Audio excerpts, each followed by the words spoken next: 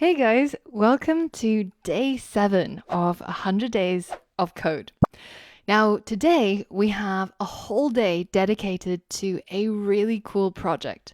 And what we're going to be building throughout this day is basically Hangman, or the code equivalent of this game.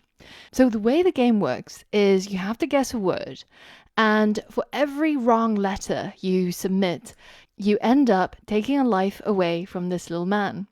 And of course, the longer it takes you to get to the word, the more you put your little man in danger.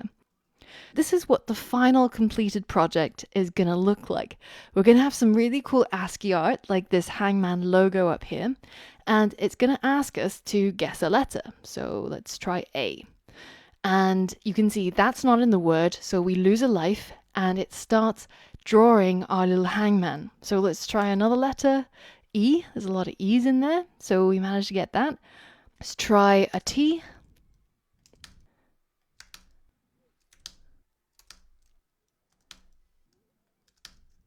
And I think I know what the word is now, just before my little man is going to die. I think it's beekeeper.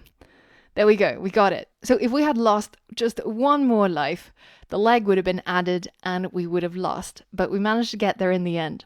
So this is what the completed game looks like and how it plays out. And you can go over to the final URL and run the code and see it in action if you want to.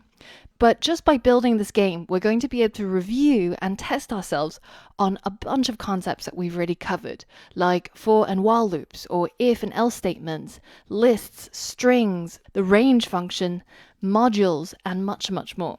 So I hope you're as excited as I am to get started on this project. And once you're ready, head over to the next lesson and let's begin.